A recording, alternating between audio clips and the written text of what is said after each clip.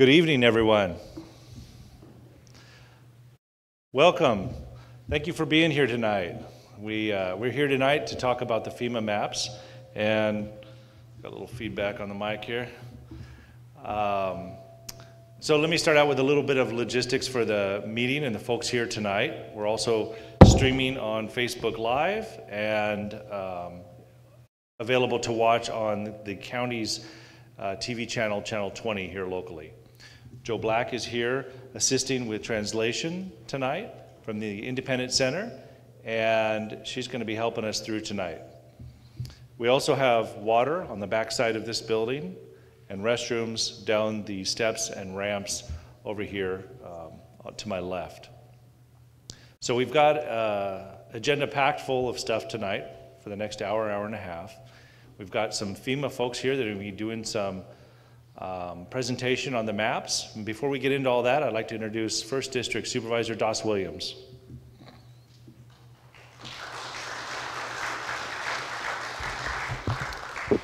Thank you. And because so many Montecito residents watch this at home, I'm going to make a couple announcements that are pertaining to the services that you can get here in case some people want to change their mind and come down here in person. First, I want to thank the Montecito Association for getting the word out and co-sponsoring this with us. So let's thank the Montecito Association and Montecito Union School for hosting us. And I also want to recognize that we've been joined by our state senator, my boss, former boss, Hannah Beth Jackson. Thank you, Beth. So I know many folks still have a lot of questions. Some people are holding their breath, seemingly pending their surveys and pending the results of those surveys and how that matches up with these maps. So I have a couple of pieces of, I think, good news about that rebuild effort. Number one, the like-for-like ordinance that we at the county board and planning and development crafted that will allow people to rebuild without a design review or discretionary process has been approved today at the Coastal Commission. So even now folks within the coastal zone can start rebuilding. Also, if you're one of those people that have questions about the insurance portion of this, remember flood insurance is supposed to be using firm maps, not a recovery map. If you have questions or if you think that your given flood insurance carrier is abusing that, then you want to talk to Edith right here in back. She's going to wave her. She's got this very stylish blue jacket. Also, we have someone from our planning staff here today, Tessa and Jeff, and they have the ordinance. If you need a copy, she's got a big box full of stuff if you need any of the paperwork here today. And if you're scrambling before the 24th to get in some written testimony to FEMA, I still advise you to try to get it in before the 24th, but don't kill yourself because they're going to talk about how they're extending their contract with their contractor, and so would be able to take testimony longer than that. And of course, testimony means possible changes, and that's a possible remedy for testimony that is submitted in written form. So with that, I want to hand it back over and thank FEMA for coming out in person. So I'll hand it back over to Matt and stick around. The other, in general, what we want to do tonight is ask questions that are relevant to the whole picture. So if there's something that's about a very specific issue, like a pool, I mean, those are still questions that the FEMA folks will be around to answer, but we especially today want to get to answers or questions that are about how to use the map, the assumptions of the map, and some systemic things about the map, which I know many of you will have those questions. Matt? Thank you, Doss. I'd also like to recognize Wendy from Congressman Carvajal's office, who's here tonight as well. So with that, let's get right to it. Eric Simmons from FEMA, please come on up, and welcome and thank you for being here today. Thanks, Matt. Great to be back again. I was here in Santa Barbara on May 1st for a public meeting, and my name's Eric Simmons. I'm an engineer with FEMA. I work out of the Region 9 office in Oakland, California. So much of my work is on flood hazard mapping in Central and Southern California. And so for the past 4 years, past 4 months, I've been leading for FEMA the recovery map effort. So we were happy that about a month ago, we were able to release the recovery maps and make them widely available online, and they're available through the county's website. And so what I want to try to do is have several slides that talk of the recovery maps and just explain a little bit about how they were developed, but also talk a little bit about what we've heard in the last month. Open it up for general questions, and then introduce my colleague, E.B. Lohman, to talk about flood insurance, because the mapping and the insurance go hand in hand. So we work closely together on a number of projects, and that seems to work well. But we'll also stay afterwards to answer specific questions and just go from there. So let me see if I can get the next slide. So important to recognize these recovery maps were developed in partnership.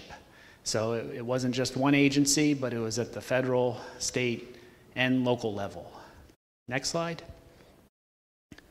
And I don't want to belabor what's happened and really emphasize how we are working together to rebuild safer.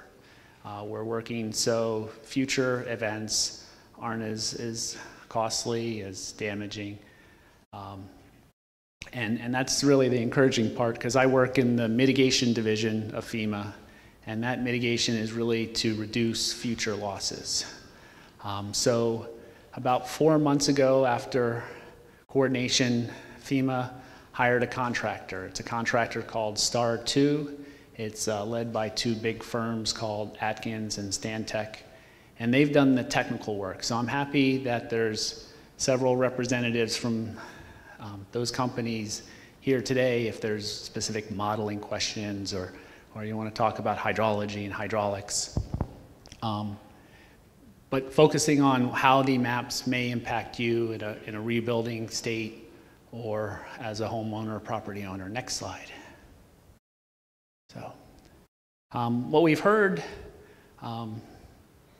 in some various fashions is, you know, some people have said, well, this high hazard zone that's mapped on the recovery maps is too wide. And other people said it's too narrow. It's important to stress that this is a hazard map. It's not a debris flow map. And we didn't create these models and maps to emulate or mimic what happened on 1/9. So just to stress that point. The high hazard zone on these recovery maps is much wider,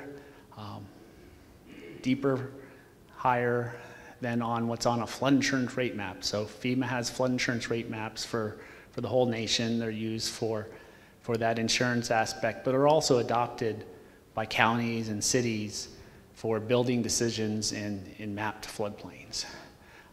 So these recovery maps show that higher hazard because of the burned watershed. That is, a burned watershed is very impacted hydrologically, and more water will run off with the same type of rainfall. We also, in the modeling, and I'll touch a little bit more on that, have modeled using really new state-of-the-art computer models. So next slide. Okay.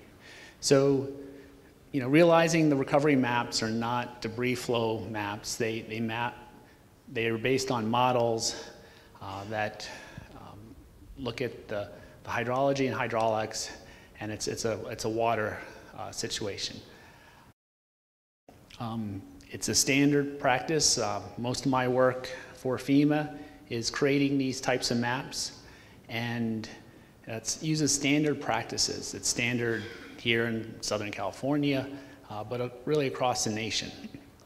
But here in the post-disaster environment, the effort that FEMA did in partnership with the state and county built upon other activities. There were watershed teams and burned area bear teams that looked at the conditions of how severe the burn was, or how the watersheds are impaired and impacted by the events.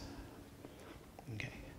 And on the FEMA side, our main goal is to reduce future losses. So the adoption of these maps and the use for rebuilding is we feel a valuable step forward. It's for safety, for future loss reduction. Next slide, please. So getting a little technical, and I try not to go in all the details because we can move to the side, but FEMA used a computer programs to analyze the rainfall, that is modeling rainfall on these burned watersheds, use a program called HMS, and that calculated how fast and how much water will be flowing down these channels. And then a separate computer program, it's called HEC RAS, and the RAS is an acronym standing for River Analysis System. It's kind of the model that's used most prevalently. And that model is a two-dimensional model. That is, it can calculate how water will flow in the channel and the floodplain or around structures. And the basis, there's a nationwide standard for flood mapping, and that's based on the 1% annual chance flood. So it's a very rare event. It's a major event, and we input the rainfall, which has been analyzed and statistically calculated into these models. And this HEC RAS computer program is what calculated those elevations that you see on the recovery maps. And we feel that those elevations are really the most important thing on the maps. And looking at development in the floodplain, elevation is really the salvation for devastation. So building higher is safer. It's safer from debris flows, from flood flows, and encouraging that elevated development is our main goal. So the recovery maps show these elevations. They're in reference to a datum, but it's not the only thing that's on the recovery maps. You may have seen the yellow lines, and that's the boundary of the high hazard area. So it's the boundary of what the model says will be impacted, basically the wet area, from a 1% annual chance rainfall. And then in the deeper areas, we have I should have brought my daughter. The deeper areas have a grid, so there's a blue shading that helps those to better understand the risk there. Obviously, deeper extent is a higher hazard, a higher risk. So that's there for informational purposes. But those elevations and that boundary are really important. Okay, next slide. Okay. So we've heard some comments on the maps. And we know some of the damaged structures, those structures that were damaged on 1-9 are not in the high hazard area. It's The vast majority of those damaged structures are in the recovery map high hazard area, but there are some that aren't. And that's really because conditions have changed. That is, the event really scoured some channels or deposited mud and debris extensively. So those changes in conditions will impact future events, and then there could be future events that change in the future. So we've heard that concern, and we've looked into that. We've run additional simulations. That is, the recovery maps in general are based on block culverts and bridges, and that's what typically would happen here. But what happens if a culvert or bridge wouldn't be blocked? We've looked at that.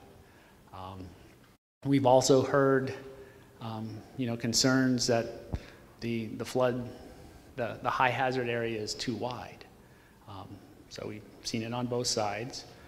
But again, we feel confident on the mapping that's been produced. We do have the opportunity to address technical comments to, if we need to fix something, FEMA will.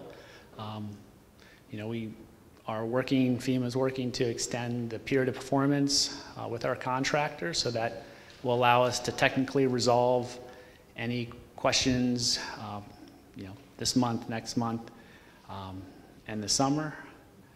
So we have that opportunity to continue this dialogue, and I really, can't say enough about the county and how they're working with property owners, but also us. On most days we've been connected the last 4 months, just looking at specific areas or models, or getting data together at the early stages of this project. Next slide. So if there really is anybody here that hasn't seen the recovery map for their area, or perhaps the flood insurance rate map for their area, we are happy to go online with you after the Q&As and focus there. Using technology really allows us to communicate more efficiently, but happy to work with somebody on a computer and look at that information. Next slide. So again, the connections between the mapping and flood insurance are there. It's important to stress that the recovery map does not impact flood insurance. It does not impact requirements for flood insurance or the rates for flood insurance. Happy to take questions before I hand it off to Edie Lohman. Are there any questions? Yes, sir. I think we're going to try to get a microphone to each person, but I can repeat the question also.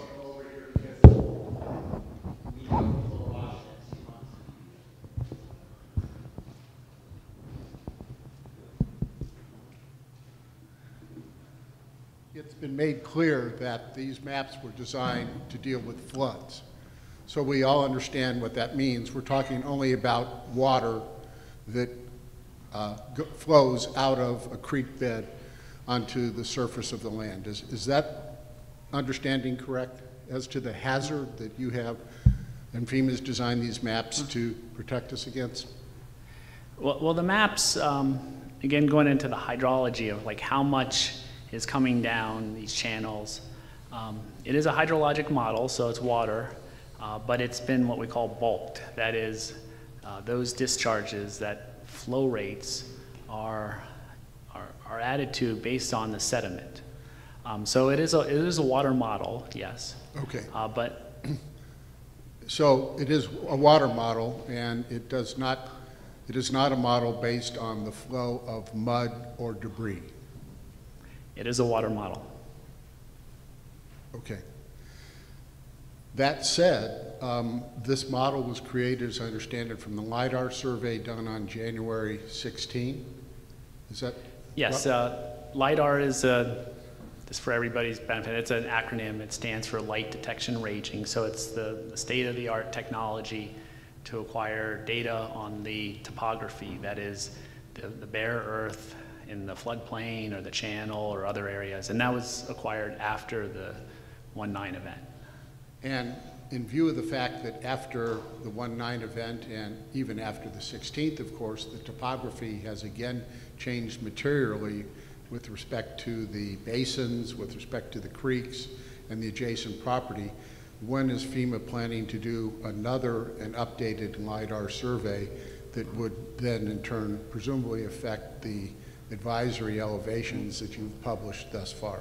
Right. So the question of when, we are starting to coordinate with the county to do that topographic acquisition as well as a future flood insurance study. I don't have a schedule because that work hasn't been scoped or funded, but we are starting that discussions with the county.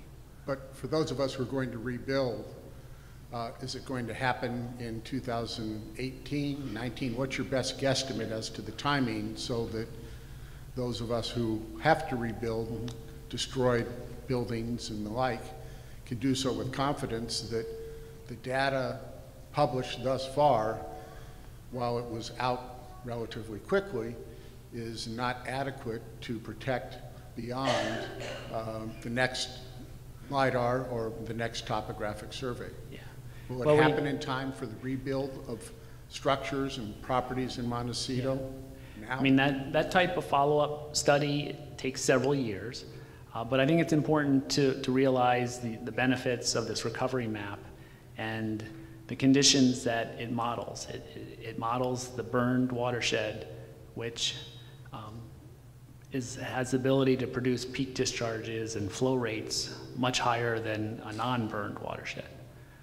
So that's the way it is today, and that's why the recovery maps are based on that.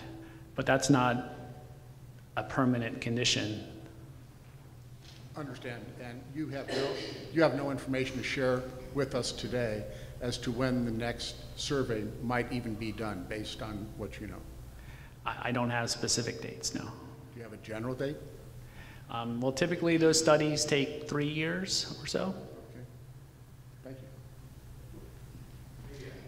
you.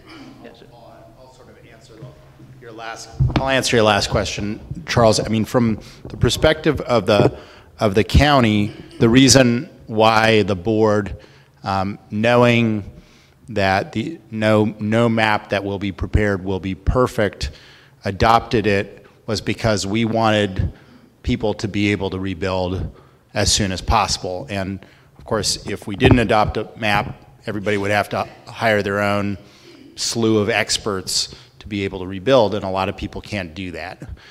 So that's the primary, in my view, the primary intention of going forward. There will be people who strategically might decide to wait for the next map because right now they're modeling a denuded hillside, right? And a vegetated hillside would not have as much water in the model. And so it is likely, if you are one of those people that could strategically wait to do your remodel, if you're in a situation where the new elevation is a real problem, then yeah, if you can wait, there would be some strategic advantage to wait. But I do know there's a lot of people who can't wait, which is why we have this map approved right now.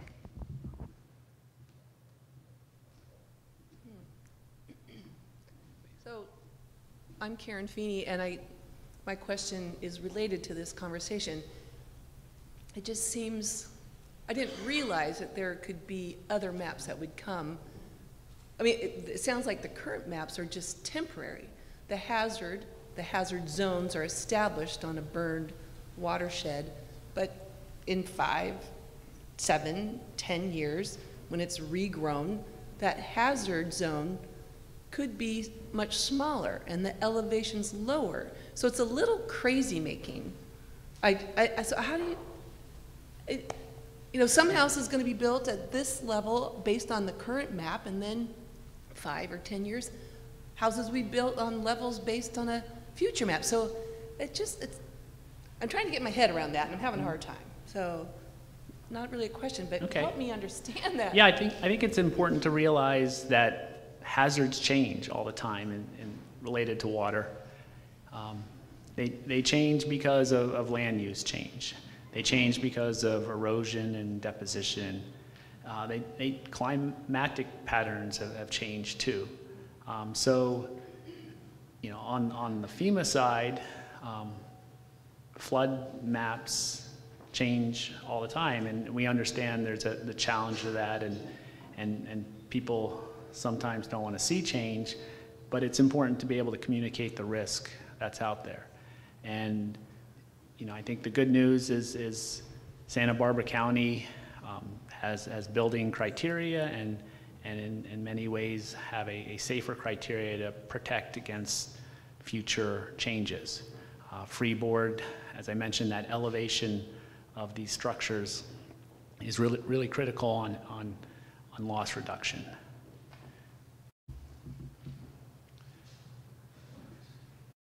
See, sure, sir. The parcel lines on my house are incorrectly shown, so what's the best way for me to get that remedied?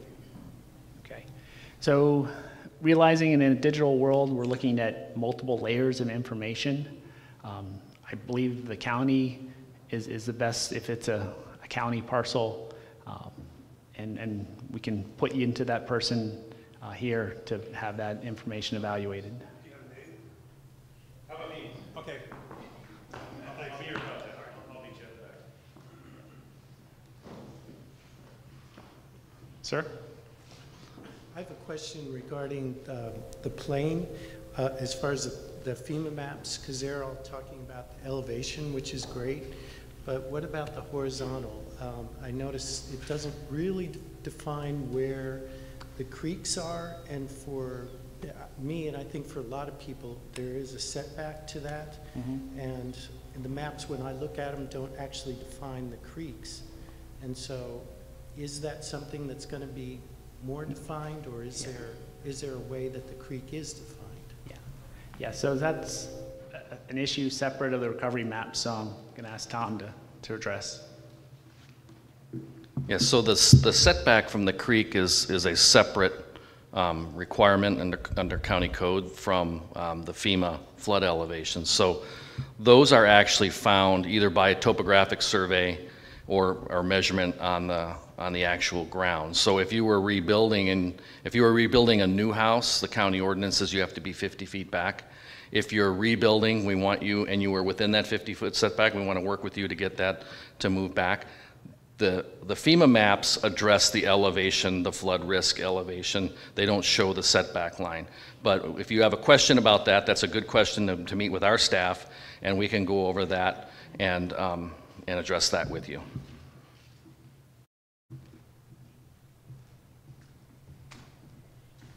My name's Woody Barrett, and we have 2 properties in Montecito. But I was at the the downtown, and you were on the phone at the downtown meeting, and John Fry said that, I spoke with him afterwards, or maybe it was during the meeting, this map was essentially, the algorithms were run whereby every bridge and every culvert upstream is blocked. Is that correct? The majority, not every, but almost all of the. Almost all of them. But it's based on a clear water event by the time it reaches Montecito. Is that right? Well, again, the discharges that are in the model, the flow rates, have been what we call bulked to account for sediment and debris. But yes, it's a water model. It's a water model, but it will be carrying vegetation and debris, possibly sediment and that sort of thing as well. Right, on that, okay. And then I had a hard time trying to figure out what a 100-year event was. And the only thing I found online was 7 inches in 24 hours here, or 15 inches in 24 hours in the mountains. Is that what your model bases this 100-year event on? Yes. So the 100-year, we at FEMA prefer terminology called a 1% annual chance event. So it's a rare event, but it has a 1% or greater chance of occurring each and every year. So a bigger event could occur. But again, it's got about a 26% chance of occurring during a 30-year mortgage. Right. Everybody ties them to the mortgages. But I just went back in the flood control, and of course 69 was a bad one. Carpinteria, Linden Avenue was under 3 feet of water, I think. And in that event, it wasn't even that high, I don't believe, but there's like 4 or 5 events through time. We had like 10 inches in 2 days. And even last year, we had 5.77 inches in 1 day. And I understand there's a burned off watershed, so the parameters are totally different now. So I was just wondering, it's really hard. You take a 100-year time period. That's the reason you're saying 1%, because if 1 year out of 100, that could happen. Is that what the model bases the numbers on? Well, you were mentioning rainfall, and there's been a lot of gauge analysis and historic records. So we have a good understanding of that rainfall, whether here in the plain or up in the mountains. But yes, it's that statistical 1% annual chance event. And then 3 to 4 years from now, you're going to produce the insurance flood maps, I guess. The same group, right? Your group? Or FEMA will? FEMA, yes. Okay, and that'll be 3 to 5 years from now or something of that nature, probably. It goes through a whole process, but you know, from draft maps to preliminary maps and appeal periods and lots of steps before it can be used for flood insurance purposes. So today's map that everybody's so afraid of, we back up to Oak Creek on one of our properties, we back up to Romero Creek on the other one. The hazard areas are fairly large, you know, right now. And of course, 3 to 5 years from now, like the lady mentioned before, you've got regrowth, hopefully, the chaparrals come back and other things. Is that taken into account real time when that map is done, or does it take this information and just carry it forward? Yeah, the maps would reflect conditions when that mapping is done. So it's existing conditions. So yes, the hazard in most areas wouldn't be as extreme as what the recovery map shows. All right, that's it. Thank you. Hello, Adam Coons. I have a question just, you know, from the sort of practicality standpoint for a homeowner who's in the high-risk hazard zone but hasn't been affected in the last debris flow. What are the main points to consider? The ones that I'm most concerned are, you know, what would the actual rebuild cost? What are the new requirements if you were to lose the home in a future event? You know, whether it be caissons, heightened elevation, and how does that tie back to your insurance? The other only thing I'm aware of is some kind of high hazard zone disclosure if you were to be a seller of the property. So I don't know if you're the right guy to ask that, but just from a practicality standpoint, existing structure that was unaffected but lives in that zone, what to think about. A little bit side note from the recovery maps. You know, in the state of California, there's a flood zone determination done for every property and structure that's sold. But that's on a flood insurance rate map, not on this recovery map for this particular area. So that's where you would look to sort of those requirements. And then, stupid question, the topography lines 36, presumably that's feet? Yes, so the elevations on the recovery map are in feet, and they're referenced to a vertical datum, kind of similar to what you might think of mean sea level. But the actual vertical datum is the North American vertical datum in 1988. So yes, feet. Okay, thanks. Okay. Thank you. Eric, thank you very much. Appreciate that. And we're going to have the next person come up here. But, you know, if I could just take a moment and maybe help try and clarify a couple things. So it's a little confusing, all the different maps that we have, and we certainly appreciate that, as it's taken us a while internally to figure out which map is which and all that. So I wanted to just say a couple things about the maps. One is that the only map in which it depicts a standard to build to is the FEMA maps that we're talking about tonight. And these FEMA maps help guide our development, our future development in a resilient way that deal mostly with a flood event. to our knowledge, and we've done a lot of checking around, there isn't a building standard to build to as it pertains to debris flows, right? So we don't have a map that we can point to and say, hey, here's a building standard, like they have some kind of standards back east for hurricanes. And in our state, we have some standards that deal with seismic for earthquakes. But we don't have a debris flow standard in this state. So the closest thing we have to help rebuild a resilient Montecito is our normal FEMA maps that depict maps for flooding. Now, it's not to say that in these flood maps that FEMA has prepared for us, they don't take into account a little bit of debris that comes down as part of those potential rainfalls. And going back to Charles's question earlier on new maps coming out, we have the current maps that are based on the LIDAR that you heard earlier that are part of our hazard maps. Those things take a real conservative approach, and as the other speaker mentioned, they took a snapshot post 1/9, like a week later, of the debris basins full, of our creek channels full, and of our roads with a lot of extra debris on them.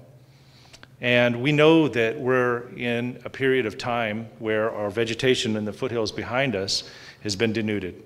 So we know that for the next 3 to 5 years, that we have a higher potential for having debris flow and a higher potential for risk than maybe we would 5 years or 10 years or 15 years from now. So what we're hoping is that people are creative in their building solutions, that they build the most resilient structures, and that our friends at the AIA are helping advise on what some of those construction techniques are, and that we use the FEMA maps as sort of a baseline for something that we can have, that we can point to, and that we can build to. And it is going to be more expensive to build to some of these other standards. But I think that over the course of the next couple decades, we generally want to try and build infrastructure and homes and businesses that are more resilient. So with that, I'd like to get the next FEMA speaker up here, and she's going to talk to us a little bit more about the insurance angle, I believe. So thank you, Edie, for being here. I'm not as tall as these guys, so I have to bring this way down. Well, thank you everyone for being here tonight. We really do appreciate your time. My name is Edie Lohman, and I work for FEMA Region 9 in the same office as Eric. I am a National Flood Insurance Program insurance specialist. So that means I don't know anything about the engineering, but technically my title is an emergency manager, and my background is insurance. And out of all of that, I've learned not to second guess Mother Nature. And to encourage folks to have flood insurance. So I will repeat what a few others have already said up here tonight, just to make sure that you have a clear understanding that these recovery maps are not regulatory as far as the federal mandatory purchase requirement for flood insurance. The federal law specifies that lenders use the current FEMA flood insurance rate map for flood insurance requirements. So the recovery maps really are there to make you aware of the increased risk and to help you with rebuilding. Because we certainly don't want to see a repeat of this situation. So that's the first thing.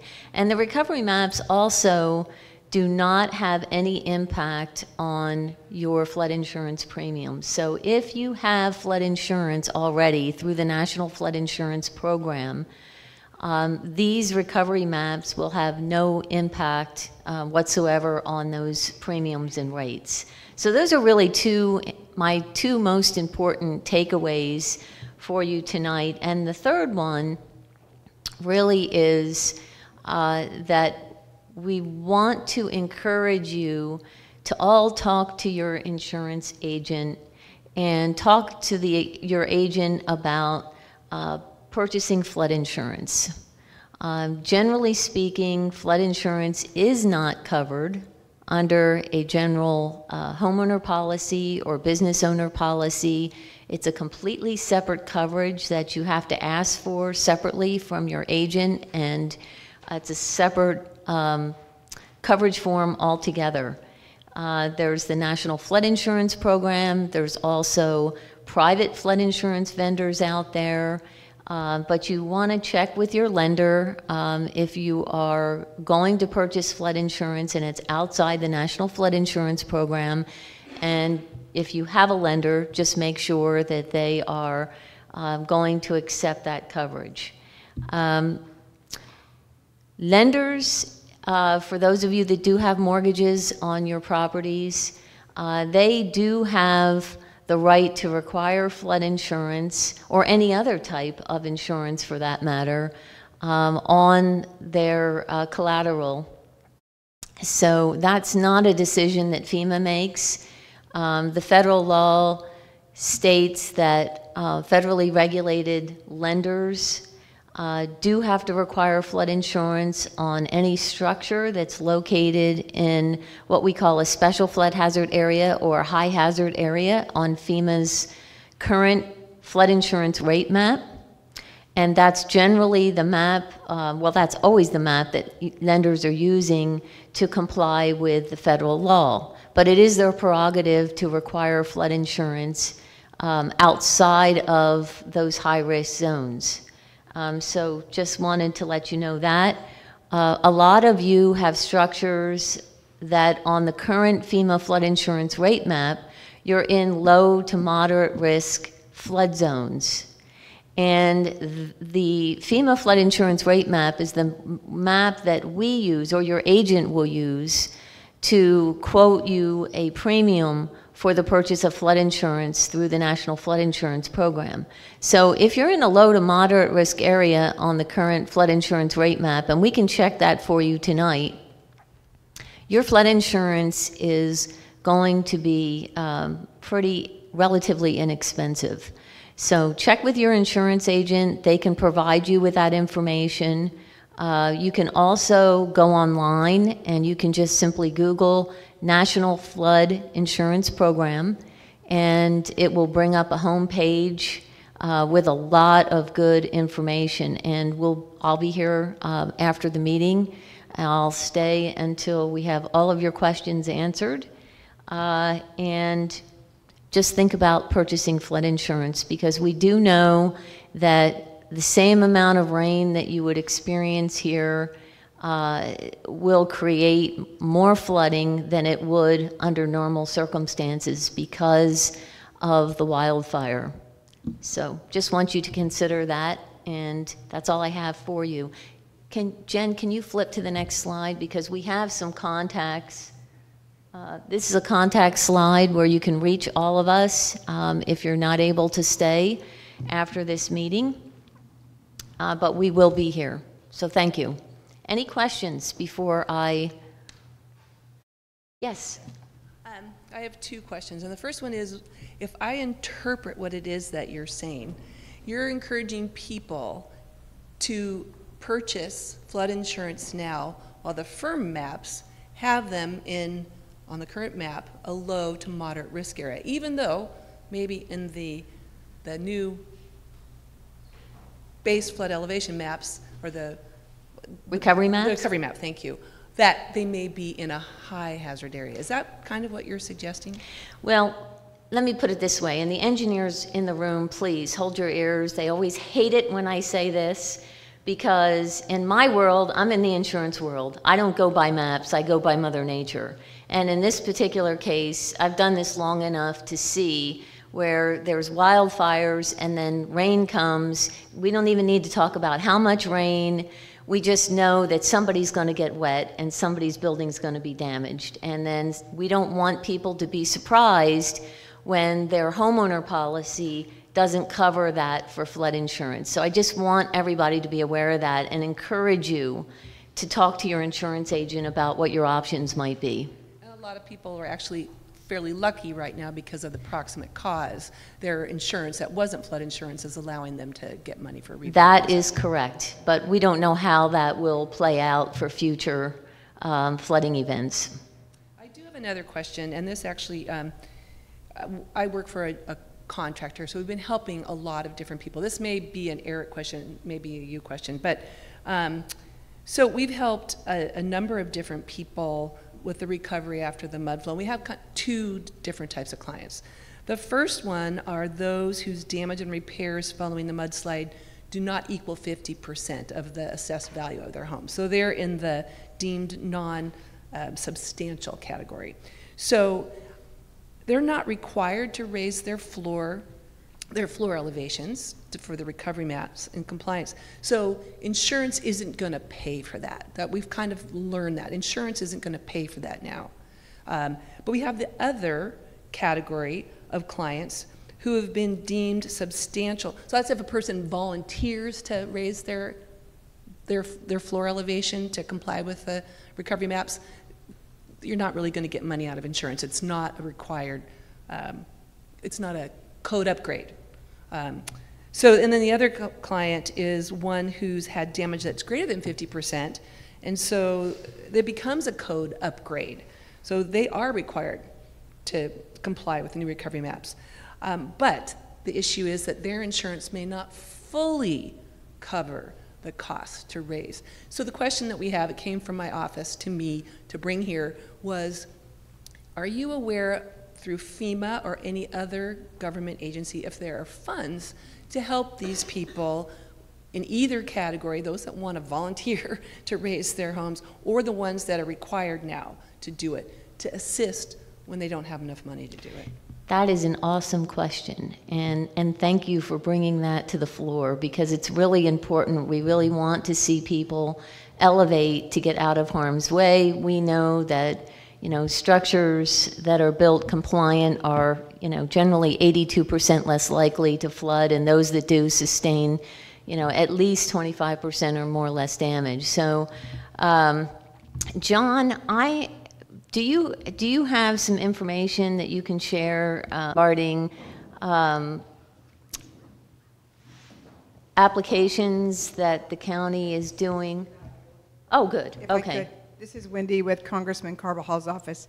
So there was a time period where individual assistance, you could fill out the forms for that, and that time has passed for this specific incident. At the time, what was offered, FEMA gave a maximum of $34,000 and really went to housing and rental. And then there was, for individual assistance, also $200,000 available through a Small Business Administration low-interest loans. So that was the public assistance I was out there to rebuild. Well, that time period has lapsed for that, yes.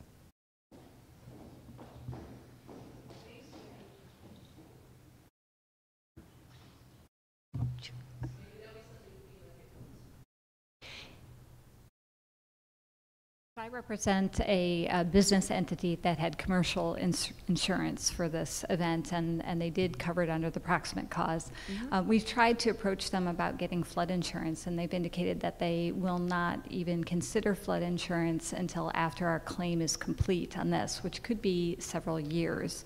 So I'm wondering, are there any recommendations? Is that just a Department of Insurance issue, we should go to them, or should we just start trolling with other insurance companies, because we're going to have a rainy season coming up and we'd like to be covered? Right. So the National Flood Insurance Program doesn't have any such moratoriums on the purchase of flood insurance due to events. That's one of the benefits of it being a federal government program. Private insurance, they don't have to, you know, they make the rules. So if you go to the insurance agent or an insurance agent and tell them that you have a commercial building that you're trying to insure for flood, it shouldn't be a problem. But maybe we want to chat offline after the meeting about some other particulars, because I'm kind of curious who they've talked to. Yeah. Thank you. Thank you for the question.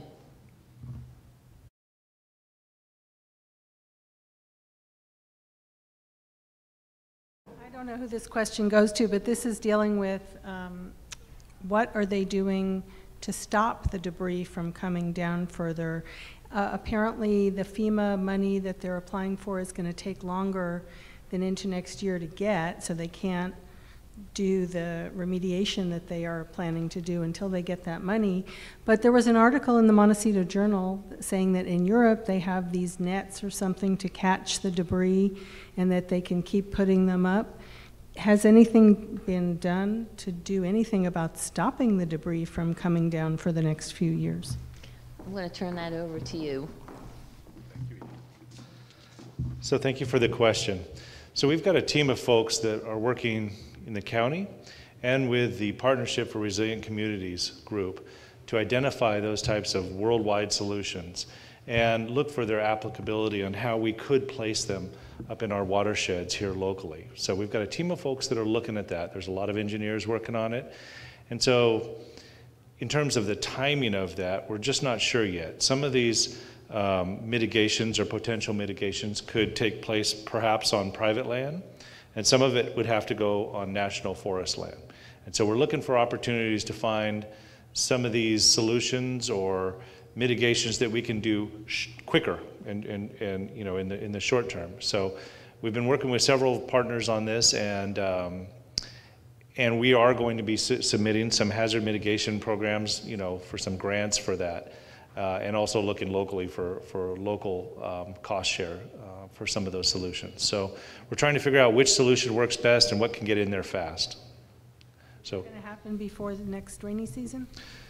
So I don't think that it's going to happen before the next rainy season, but we are focused on trying to get as much of it done, you know, so we can get in there as fast as we can. We don't know when it's going to rain or how much it's going to rain this coming fall and winter, but I can assure you that we've got a lot of folks working on it, and they're working on it as fast as we typically can, you know, making sure we have the right engineering solutions in the right places that match the timelines that we need for this kind of risk.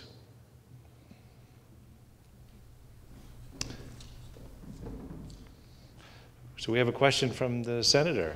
Well, a question and a comment, a perfect segue to that question and the questions about where we are and how things are going forward. Tomorrow night at this, from I guess 4 to 6, Assemblymember Limon and I are going to be holding a hearing here talking about sort of an update on where things are both countywide and statewide on the whole issue of the fire, the debris flow, fires, and what we anticipate going forward. So perhaps there'll be an opportunity to get more into that discussion tomorrow about what's being done. We've got the resiliency group coming along with the county. I think you're going to be chatting about that tomorrow. So if you're interested, we are going to have a hearing on that I think might be informative. I did have a question, though. When it comes, you've got the flood maps and you've got the insurance maps. And if I understood you correctly, you said that FEMA or that insurance rates are not based upon the flood maps, they're based upon insurance maps. So I guess the question for the folks here who are wondering whether those insurance maps are also going to be updated to reflect the fact that what was once a mild or moderate floodplain has now, as a result of this debris flow, become a higher level problem, and thus those insurance maps are going to start reflecting that, and the price of insurance that the insurance companies are able to consider will go up because those maps are going to reflect what the flood maps indicate. Is that accurate? If I get that? I can see where people get frustrated and right, a little exactly, confused. Exactly, and thank you for that question. So, so there are the current FEMA flood insurance rate maps, and those maps are the maps that lenders use to comply with the federal law for mandatory purchase of flood insurance. The second set of maps are the recovery maps that we're talking about here tonight and that Eric presented on, that are advisory maps. And those maps are to kind of give you an idea of where the higher risk is because of the wildfire, and also assist the county as well as the property owners in making decisions about how you want to rebuild. But those recovery maps they don't have any impact on flood insurance, either the mandatory purchase requirement under the federal law or rates or premiums. Now, when FEMA redoes they don't redo, they will update the current FEMA flood insurance rate maps that Eric talked about that will take place somewhere in the next 3 to 5 years. They will be using whatever existing conditions are there at the time they do the flood insurance study as the basis for those new updated FEMA flood insurance rate maps. Does that make sense? Well, it does, except the problem, part of it is this seems to be a moving target. People, right now the recovery maps reflect the conditions that occurred a week after the debris flow. Mm-hmm. But in 3 years, when these, the insurance maps are updated, I suspect that they're also going to reflect the changing topography and the changing conditions as are reflected in the recovery maps. I mean, I assume that they are going to be using updated information based upon this debris flow, even if they're not using it now. Right, but the conditions that existed in January and that exist right now here may be different in 3 years when we do the actual flood insurance study that the new FEMA firms will be based on. Do you understand what I'm trying to? So I think the question becomes for a lot of the folks here, and I don't want to speak for people, but I've been trying to listen carefully, is what is the relevance of these recovery maps if in 3 years, it takes you 2 years to rebuild, in 3 years the conditions will have changed, hopefully not as dramatic a circumstance as we have today. Their insurance rates aren't going to be based on the recovery maps today. They're going to be based on insurance maps that are going to reflect the conditions in 3 years. Why should they, if it's going to take them 2 or 3 years to rebuild, why should they concern themselves with these recovery maps that are in 3 years are going to be both out of date and irrelevant? I don't, I don't think that there be, I guess the bottom line is people need to know, what that hazard is today. And as they're pulling permits and as they're putting their plans together and things like that, we need to have some guidance that they can use. And we know that it's money well spent. So we know that if people elevate, they are going to be safer than if they don't. And we're wagering, whether, like we're playing roulette, whether that ball is going to stop on red or it's going to stop on black. And we really don't know because no one can predict Mother Nature. Yeah. But the higher you can go, the better off you're going to be, regardless. So it's a risk factor more than an insurance factor, and that's what you're hoping people will rely upon. Absolutely. Thank you. Yes. And Beth, the fact is that waiting 2 or 3 years is not an option for a lot of people. They, many of the insurance carriers have a 2-year limitation, so it means they run out of money in a year and 5 months, and so just too many people don't have the option to wait for the firm map to rebuild.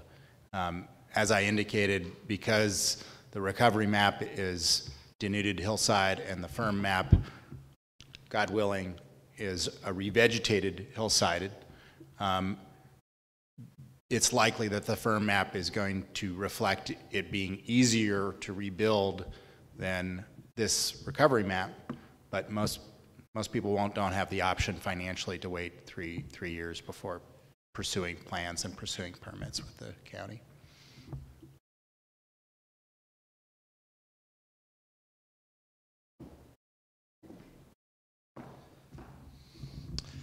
So, do we have any other questions?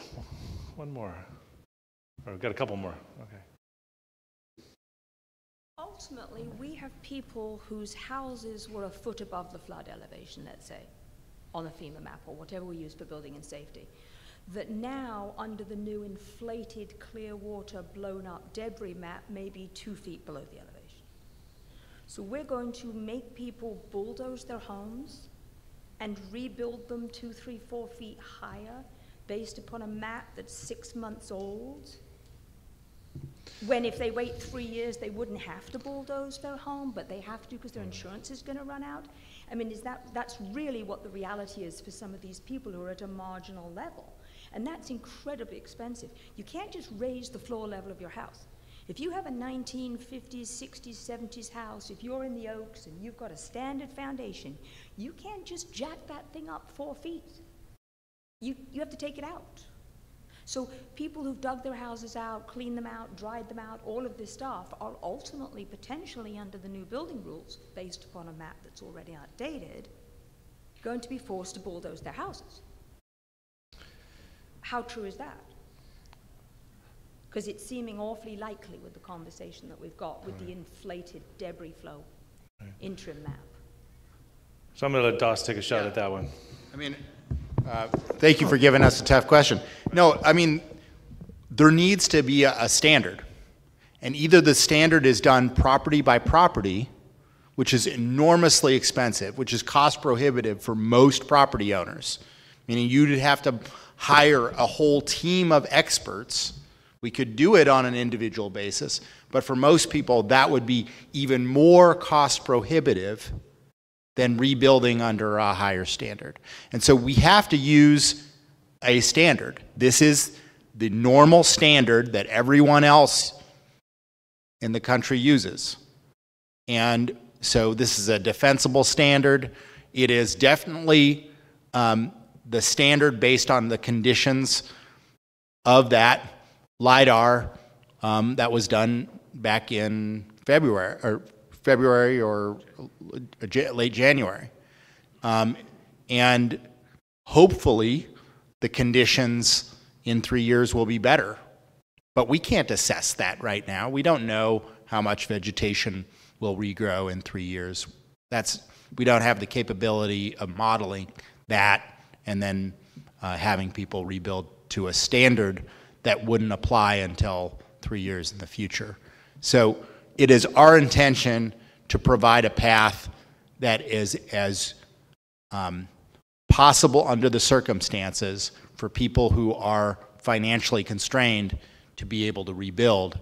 And between the option of not adopting a map, which means that everybody would have to hire a team of experts, and adopting a map that at least allows people to proceed forward, we chose to proceed forward with the map. The current map we're using for rebuilding is based upon data that was a week or a month after the event, where everybody had 3 or 4 feet more mud on their property than they now have. Not everybody, but a lot of people, including the roads. Would it not be good to us, FEMA, to do a new LIDAR map? Because people are submitting their plans now or in 6 months or 2 months or as soon as they can, and they don't have accurate data to base it on, so they are being forced to do stuff that isn't relevant to today. Sure, I mean, I'm happy to have FEMA come up over here, but I mean, the alternative would be to use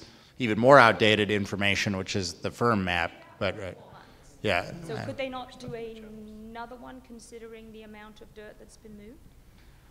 I mean, on a case-by-case basis, you can find cases where people have dug themselves back under the elevation. And this is a big reason why we all wanted you to keep your mud on site, is because some people have basically dug themselves back under the flood elevation, unfortunately. And you'd see that in a case-by-case basis. You wouldn't need to redo LIDAR to be able to determine that. Eric, did you want?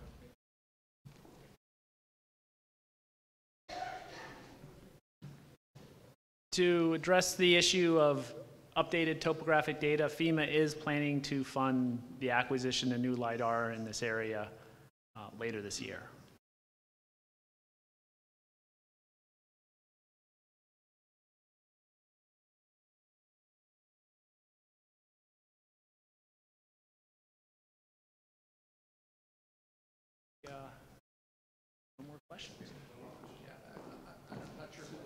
for. But Sorry, go ahead and ask the question.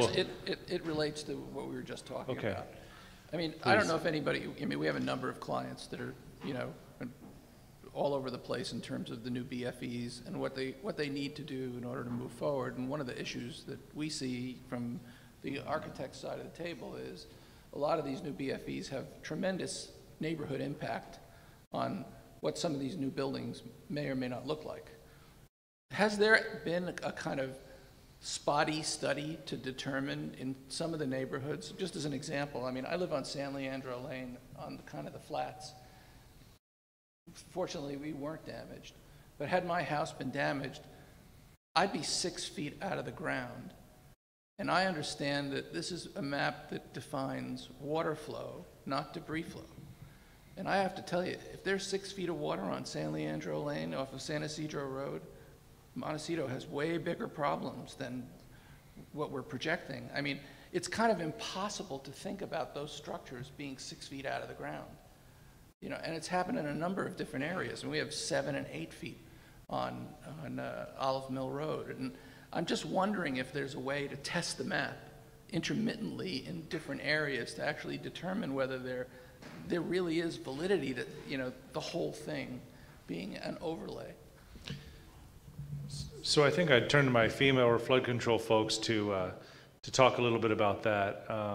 Eric, is that something that you can shed some light in terms of ground verifying some of the modeling that you guys did? You know, maybe shed some light on that piece of it. Can I ask one other thing, because this will probably be the appropriate time to dovetail. I know that there are insurance implications in some of the things that are here, but in terms of the assumptions that were made that produced the flood map that lifts, for argument's sake, San Leandro Lane 6 feet, you know, people 6 feet off of grade, I mean, is it a super worst case scenario thing? Is there some kind of actuarial, you know, logic that's being applied to the creation of the flood map? I mean, are we really planning for the 1,000-year event? So let me answer your last question first and then go to, and what I tried to explain with my presentation is the logic behind this recovery map. It's based on a 1% annual chance rainfall event. You know, that's more than 10 inches in some areas. That's a huge rainfall. Very precise and detailed topographic data in a hydraulic model where we can understand how it goes down certain streets or you know, breaks out and goes in 2 dimensions. So much more rigorous and precise than what was done 10, 20 years ago. We also assumed many of these culverts and bridges are blocked by sediment. And that, in some cases, creates that dam, can result in the water and the elevations several feet higher. My question really is it many, some, all? If it's an all situation, that produces one kind of model. If it's a 50% situation, that produces a very different kind of model. You know, vast majority of the culverts and bridges were modeled as obstructed by sediment, yes. And tell them the sensitivity. So based on this question and on a question from Tom Dunn and Tom Belay, Tom Dunn asked a question, basically the same question you did of me. And by the way, this is Bob Kupiak. He's our newest Montecito Planning Commission that I named recently, so you can come to him with all your problems. We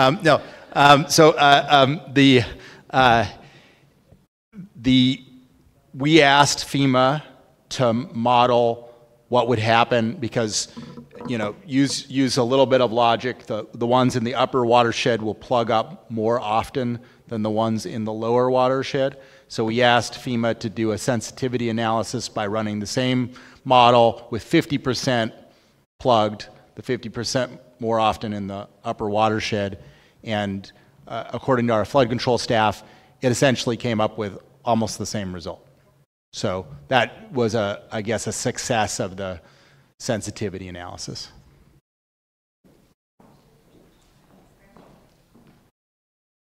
So a couple last things here for us here tonight. I'd like to, before everybody starts taking off, give a quick plug to the meeting tomorrow night that the Senator Jackson talked about. It is going to be here, 385 San Ysidro Road. And we do have a full panel of folks up there that are going to be talking about what's happening now, what's the future look like, and answering a lot of questions that mirror some of the questions tonight. And we'll also have an opportunity during this time. That meeting is going to be 4 to 6 tomorrow, so it's going to be a little bit earlier and extend to about 6 o'clock at night. We also are going to have an opportunity tomorrow to talk a little bit about the hazard mitigation projects that the county is putting in. And we're not the only jurisdiction that's putting in mitigation projects. Our friends at Montecito Fire that are in the back of the room have looked at those grant opportunities and have at least one submittal, if not more, in there for some fuel reduction work that they want to do. And Santa Barbara Land Trust and several others have some ideas on helping to create some buffer areas and some other projects for the community.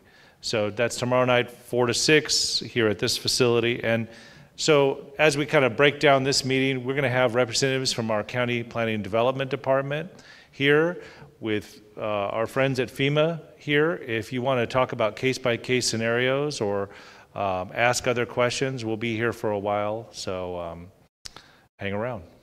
And thank you, everybody, for coming down tonight.